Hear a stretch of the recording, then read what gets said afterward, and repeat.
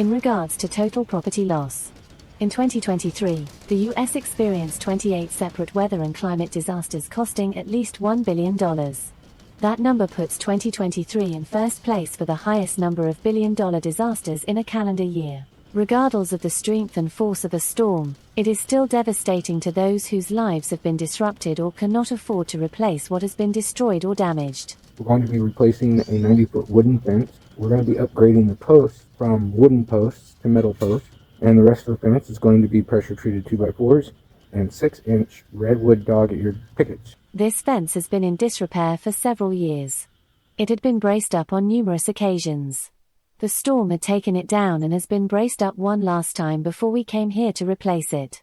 So we might as well get started, right? First step is getting rid of this old fence. It's definitely seen better days. What we like to do is we like to cut it up into 3-foot width sections. That way it's easier to manage, easier to get into a truck or anything else that you may be hauling it with when you haul it away.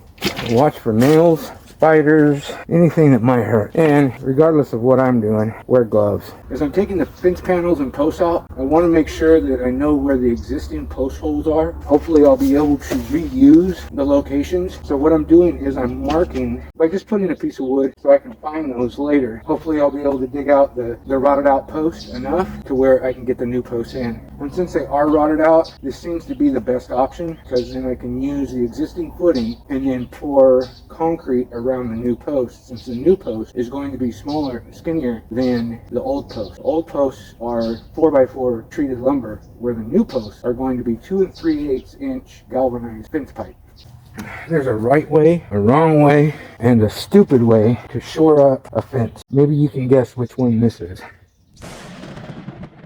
You will need to install a string line across the full span of the fence line as a reference point while using a level to plumb each post, as well as a tape measure or previous post footings, for proper placement of the new fence posts.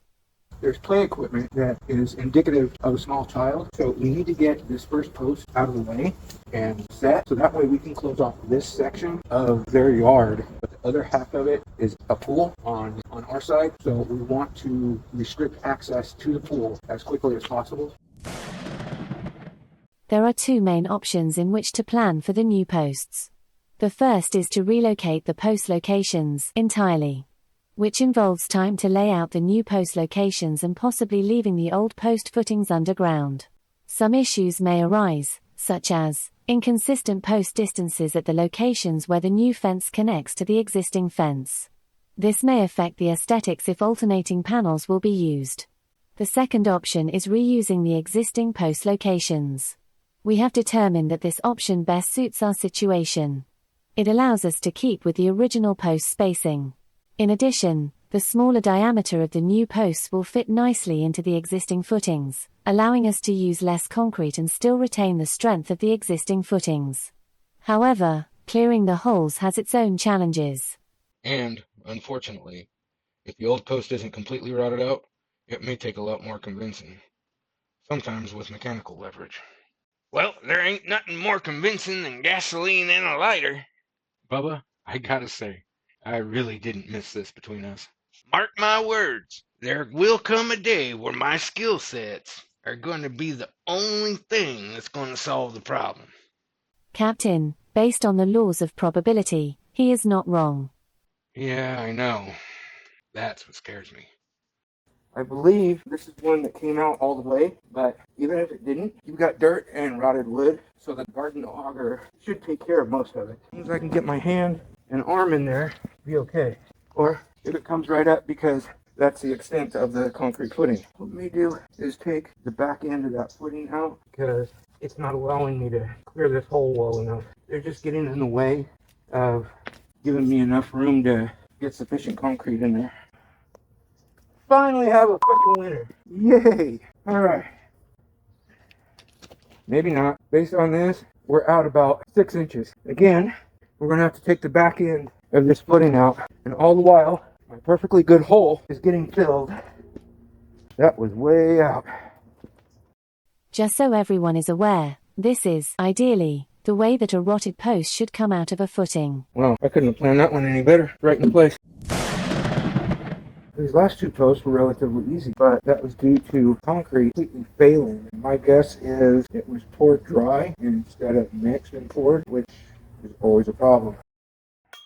It's just going to be me putting these posts in, having to hold it, having to pour the concrete, and trying to keep it steady is going to be a little difficult. So we're going to let the ground underneath perform the task of holding the post and keeping it steady. I won't have to necessarily hold it in place and make sure that the post base itself is where it needs to stay at all times.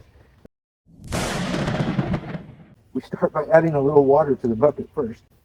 That way it keeps the dust down and you already have some water in there commingling with the mix. That's really what you want your bucket to look like. You have a relative mound of concrete in there and water surrounding the whole thing. Take your mixer. If you don't have a mixer, take your high-powered drill, possibly a hammer drill. That's going to have enough power and torque to be able to handle what you've got going on here. But it's got to be a high-end drill. You definitely want it to be a corded drill, not battery powered. Since the bottom of the post is exactly where we want it to be, we're just going to pour the concrete and then get it level. We already have a reference point for our level this way, so we'll just meet it up to that. We'll still have to level it this way.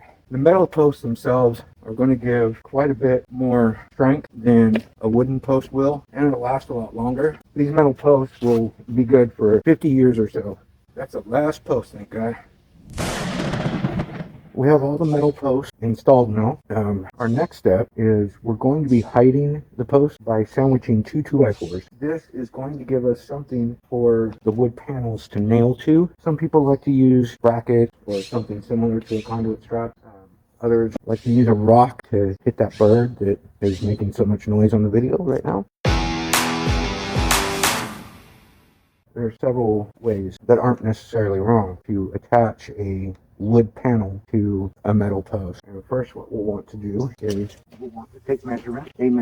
It doesn't have to go all the way down to the bottom, the base of the post. You want it close, and you want it to be as consistent as possible with your other posts. We take our self-tapping screws. And in this case, these are metal to metal, but based on so many fences that I've put together in the past, they seem to be holding up and they seem to be working extremely well. And it cuts down on drilling time as far as using bolt. But you can also use bolt as long as they're long enough to go from one 2x4 and then through the other. Try to line up the 2x4 to the center of the metal post, and then you'll bring the 2x4 up to your string line, and that's going to help you keep a consistent height all the way across the fence line. So you want to put one pretty close to the very top, let it go through the 2x4 first before you actually set it. Now, depending on where you plan on putting your rails is going to depend on where you're going to want to put these self-tapping bolts. Normally, I put a rail on top here that spans all the way across, and then I'll put one about a foot and a half above ground, and then at the bottom, I'll put a curb rail, and instead of it being horizontal, I'll put it vertical and at the front of the fence panel. This will give the picket a location to sit on, and it'll keep the fence panels from sagging. If you want to add to that strength, you can buy a couple of bags of just regular, like let's say Riverside concrete, and pour it into the top of the post. And now you have a post for the panel frame to nail to. We've got all the 2x4s on the metal post, and now what we need to do is we need to cut the excess of the metal post down flush. This will give us a level plane to start putting the top rails in. And of course, we do this to all of them that may be sticking up. We need to check to make sure that all of these metal posts are flush completely with the 2x4s that are attached to them now, and we'll be able to start framing this out. While doing this framing, you're going to want to consider the type of fasteners that you're going to use. You're either going to want to use 3.5-inch deck screws that matches the color with the lumber and the material that you're using it on. If you're going to be using nails, you're going to want to use exterior galvanized D16 nails. You could either hammer them all in by hand, or if you have a framing nail gun, that's going to be the obvious choice. And that's what we're going to be using, is a framing nail gun.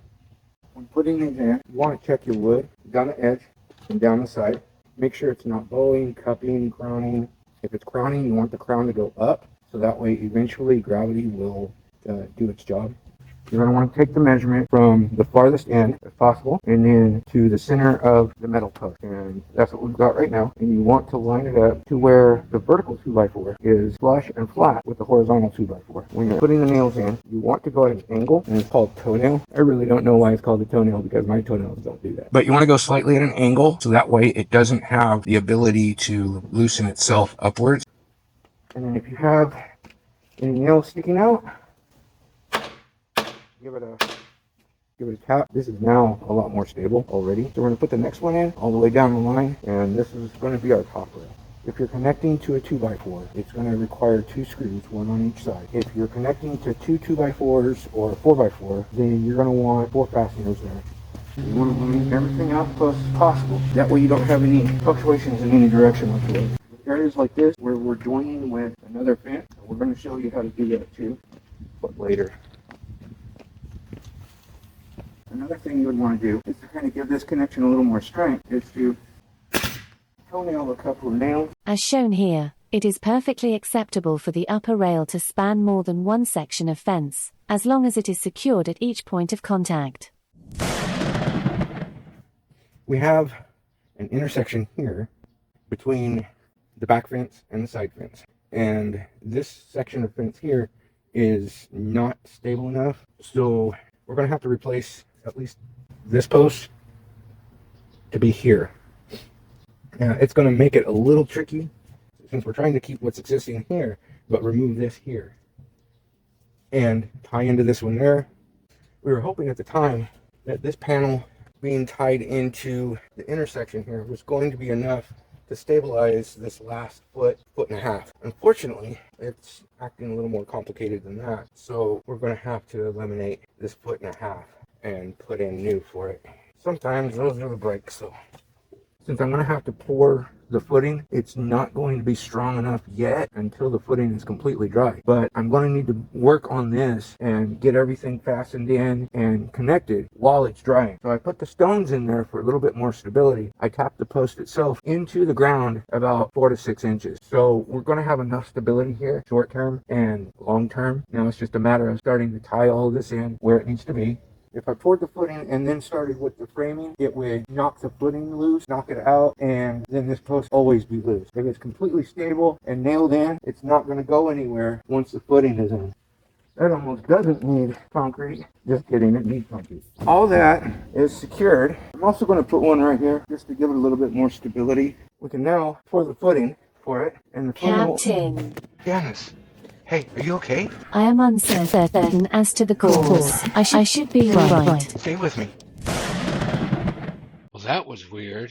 We're going to be putting a curb rail in, and that's going to hold the picket in place and keep them from sagging over time. We're going to put the bottom rails in the rest of the way, but we're going to have to do it a little slightly bit different because of the circumstances that we have. There was dirt just mounted all up against the fence. Not only that, the landscape rocks have been in there for quite some time. A lot of those rocks ended up making their way into the soil, so it makes it almost impossible to dig out. That's why we're going to go with 2 rails in a vertical position. So what we need to do first in this situation is find out where our lowest spot is and kind of work off of that. We're going to need that location to be able to sink the pickets in as deep as they need to be for the pickets to lay in properly without cutting them, because we don't want to cut them, but we also don't want them completely buried in the dirt either.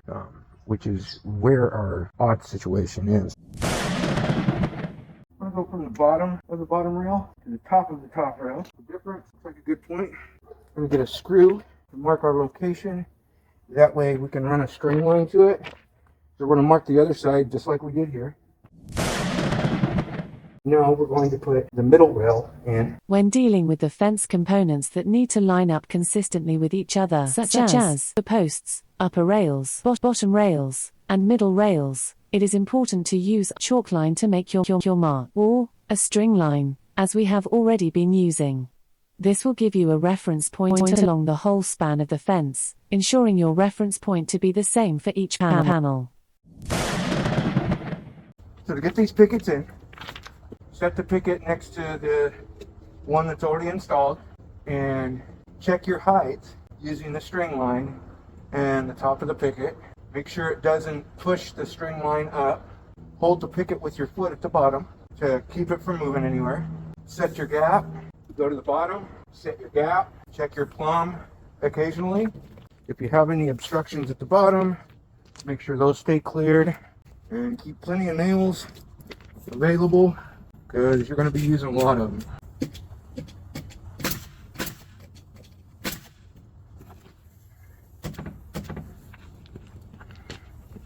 Like I said, Checking to make sure the pickets are plumb is important. This can be done by placing your level alongside the picket. Pay attention to the horizontal bubble and adjust the bottom and top as necessary. It is extremely important to ensure there is no less than a 1/8 inch gap between each picket to account for expansion and contraction during wet and dry weather. We have these panels facing us, but we have this panel over here facing the opposite direction. We wanted to make sure that the panels on the opposite direction are the same height as the panels on the side that is facing us. You put a picket in place, and it's just going to be a temporary picket for now, and this will be at the end of the line. Take a short level and span it from the existing picket to one picket on the side that's facing us, and then you'll run your string line from one side to the other, and then as you're coming in this way and meet up with it, then you'll take this picket off and then replace it with one that will be permanent. You seeing this? So what we have is a location where it's almost big enough for a picket, but not quite. And it's actually at an angle. So what you want to do is you want to make a mark based on how much needs to be cut off on this side and put it here, and that looks about right. You go make your mark all the way down, and then take it over your saw and just zip, zip, zip.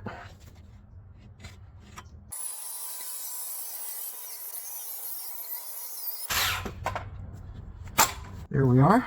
Get the nailer over here, get that in there. Now it's going to be a tight spot for the nailer to be in, but it can still be worked out.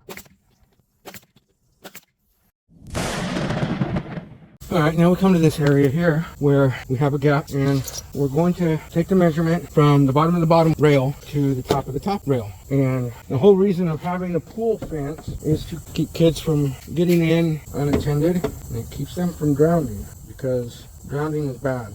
This 2x4 serves as a fastening point for the pool fence and should line up with the existing bolt holes so that the pool fence can be secured, discouraging egress by small children. I don't know what y'all are worried about. Hell, I've drowned several times, and I turned out just fine. Well, that's a matter for a later debate.